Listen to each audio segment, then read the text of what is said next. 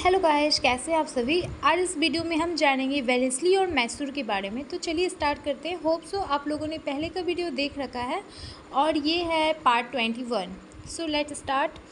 तीसरे मैसूर युद्ध में टीपू की हार हो गई थी, लेकिन वह धीरे धीरे अपनी पूरी तैयारी कर चुका था। वेलेस्ली ने भी युद्ध की पूरी तैयारी कर ली और उसने टीपू से सहायक संधि स्वीकार करने को कहा, लेकिन टीपू ने इसे अस्वीकार कर दिया। फलतः वेलेस्ली ने उसके विरुद्ध युद्ध छेड़ दिया। इस युद्ध में टीपू मारा गया और उसका राज्य अंग्रेजी राज में मिला लिया गया। वेलेस्ली और निज़ाम। मैसूर के पतन के बाद वेलेस्ली ने निज़ाम के सामने सहायक संधि का प्रस्ताव रखा। उसने बिना किसी आनाकानी के संधि मान ली। फलतः उसके दरबार से फ्रांसीसी सेना हटा दी गई। उसकी रक्षा के लिए अब एक अंग्रेजी फौज हैदराबाद में रहने लगे, जिसका खर्च निज़ाम ने देना स्वीकार किया। पुनः 18,000 में निज़ाम ने दूसरी संधि की, जिसके अनुसार सेना की संख्या बढ़ा दी गई। तंजौर और कर्नाटक। तंजौर में उत्तराधिकार का युद्ध चल रहा था। वेलेस्ली ने वहां के राजा को भी सहायक संधि मानने पर बाध्य किया। अंत में 1788 में दोनों के बीच संधि हो गई। वेलेस्ली ने राजा को 80,000 पाउंड सालाना पेंशन दे दी और तंजौर कंपनी के राज में मिला लिया गया। सूरत के साथ भी सहायक संधि हो गई और उसकी रक्षा का भार अंग्रेजों ने अपने ऊपर ले लिया। 1801 में कर्नाटक का नवाब मर गया, अतः इस मौके का लाभ उठाकर वेलेस्ली ने कर्नाटक के राज को कंपनी के राज में मिला लिया। वेलेस्ली और अवध। अवध की आंतरिक स्थिति बहुत ही खराब हो गई थी, अतः उसकी परिस्थिति से लाभ उठाकर वेलेस्ली ने उसे भी अपने राज में मिलाना चाहा।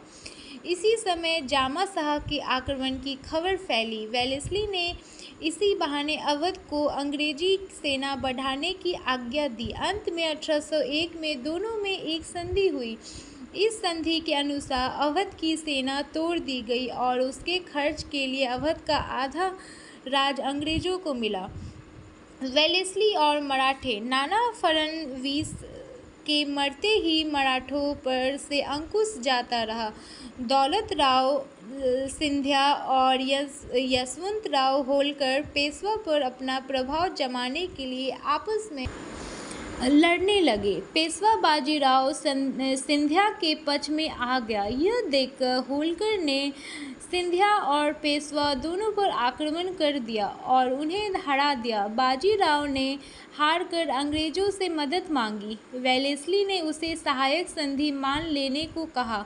अंत में 1802 में दोनों के बीच बेसिन की संधि हुई और पेशवा की वैदेशिक नीति पर कंपनी का नियंत्रण स्थापित हो गया। लेकिन इसके बाद मराठा सरकार आपस में मिलकर अंग्रेजों पर चढ़ बैठी। वेलेस्ली भी तैयार था। दोनों में युद्ध आरंभ हो गया, जिसमें जीत अंग्रेजों की ही हुई। सिंधिया और भोसले ने हार कर संधि कर ली। भोसले के साथ देवगांव की संधि हुई, जिसमें अंग्रेजों के कटक और वारदा नदी के पश्चिम के सभी इलाके मिले। सिंधिया के साथ सुरजी अर्जुन गांव की संधि में गंगा और यमुना का समस्त प्रदेश अंग्रेजों को मिल गया। इस प्रकार वेलेस्ली ने ब्रिटिश राज की सीमा बहुत दृढ़ कर दी। सो गाइज, नेक्स्ट वीडियो में हम जानेंगे लॉर्ड हेस्टिंग के बारे में। सो आई होप आप लोग को आज का वीडियो पसंद आ गया होगा। Thank you.